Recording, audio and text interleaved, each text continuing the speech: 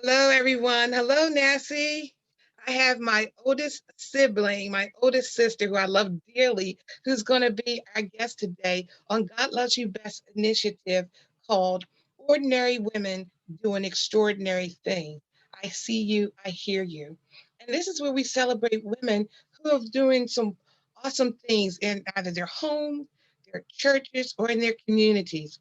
And not everybody is at a place where it's like, oh, yes, I'm running in and doing this. And oh, yes, everything is going well. We have to be real. And today, my older sister, again, who I just love dearly, and she's the oldest of five of us. Our mom had five girls, and my older sister has five boys, five grown men now, and I love them dearly as well. So this is Caregivers Month, and she's going to talk about her experiences as a caregiver. So I want you to meet this amazing woman and just hear her story. We see you and we love you. Her name is Sandra, but we call her Nessie, short for her middle name, Vanessa. So, Nessie, I love you.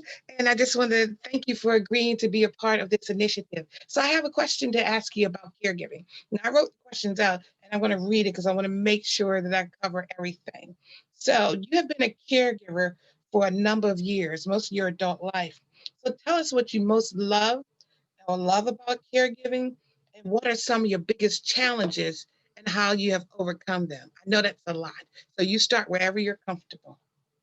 First of all, let me say thank you for allowing me to share my story.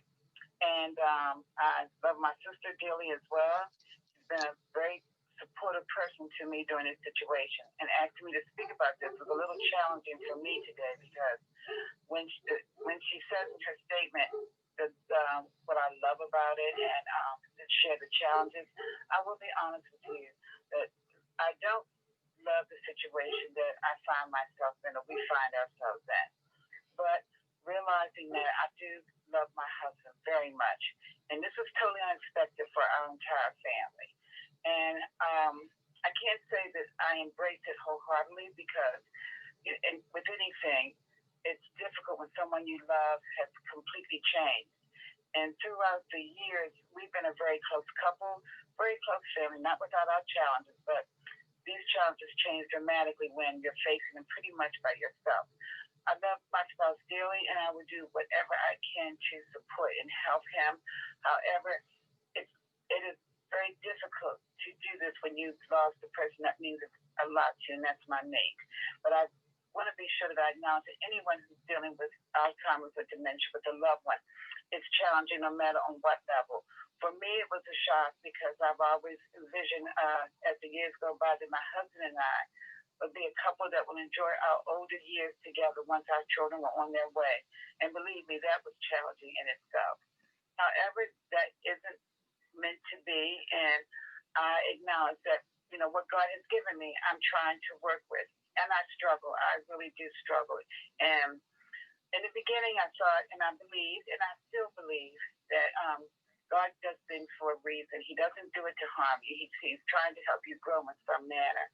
And I have to share with you honestly, I, God is always in the forefront of my thoughts and my feelings, but He knows that I'm human, and I can feel comfortable sharing my story because I know that God knows me and He understands what I'm dealing with. So even if I don't understand it all the time, but the challenges for me have been just really losing someone in that manner. We can't share the things that we used to share, the things we talked about with our kids. And sometimes I have to be honest.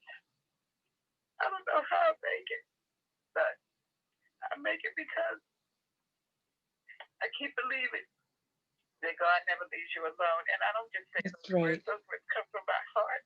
Despite what I feel is very painful in my life. And I want to say I'm sorry for getting emotional, but that's my reality. But I need to let you know that always in this circumstance, always, I reach out to God continually and whatever support that people around me choose to offer or want to offer to help us through. And I do realize we're not alone, but I have to be honest with you.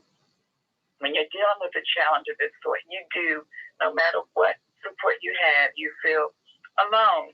But my biggest challenge is to try to come to terms with what our future may hold. Yes. And that's a little scary, to say the least, because I'm of a certain age, as my husband is, and we physically, the challenges are greater for me as he changes in different ways. Currently, he's not at home with me, but he could be returning home. And you may say, well, that's your husband. He's coming back home. He had a medical issue that caused him to be placed in a skilled nursing facility. And for me, I actually felt a little relieved because my concern is for both of us, me being able to care for him for the rest of our lives and also take care of myself, to be able to take care of him. And trust me, those of you who may know someone that's in this position, it is truly challenging. So my biggest challenges currently are to figure out, and I know I have support in trying to figure out what my next steps are. And I always say this to people because I may seem unhappy, but I'm not unhappy. I'm just sometimes just really overwhelmed with what I need to do for him and myself. And I think that's a very real feeling. At least it's very real for me. And I imagine for those of us who are in similar positions. But what I do realize is that, and I stick with this in my mind, and I'm praying that, I will see light at the end of the tunnel. God will show me that there is light at the end of the tunnel.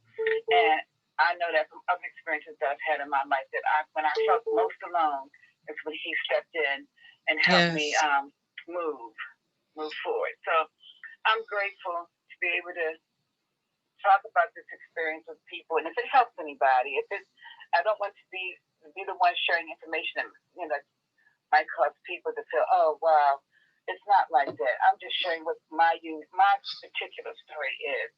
And I pray that anyone in this situation will have the support, the love, and also the faith they need to stay strong and get through it as best they can. And that's very powerful. I want to touch the screen and wipe those tears away from you, because we have daily talks. And I know, and this is why I call you doing extraordinary things. That journey has been a journey for 7 years, that your husband had dementia and also dealing with the stroke. So I know how close the family is and how close you are to your family. So thank you so much for just being real.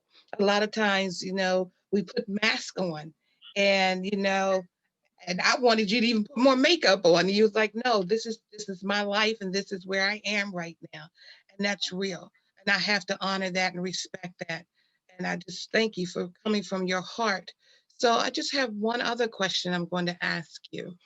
You have been a caregiver as being our oldest sister, being the first. I know history-wise, you have been a caregiver for all of us. And with your oldest son, Dorian, having multiple birth defects, and how at 40, you have always been there for him with a lot of things. So I still applaud you for just being doing extraordinary things. And I just wanted to ask you, what dreams have you deferred or put on hold that you would like to be able to revisit or be able to start? That's a good question. To be honest with you, as you stated, it's been a 7-year plus road that we've traveled together, my husband and I. And I really don't give a lot of thought to the dreams and the things I wanted to do. I lost your video. Oh, no, the phone went, it did that with the call coming in. I see you, then I don't see you. And I don't hear you.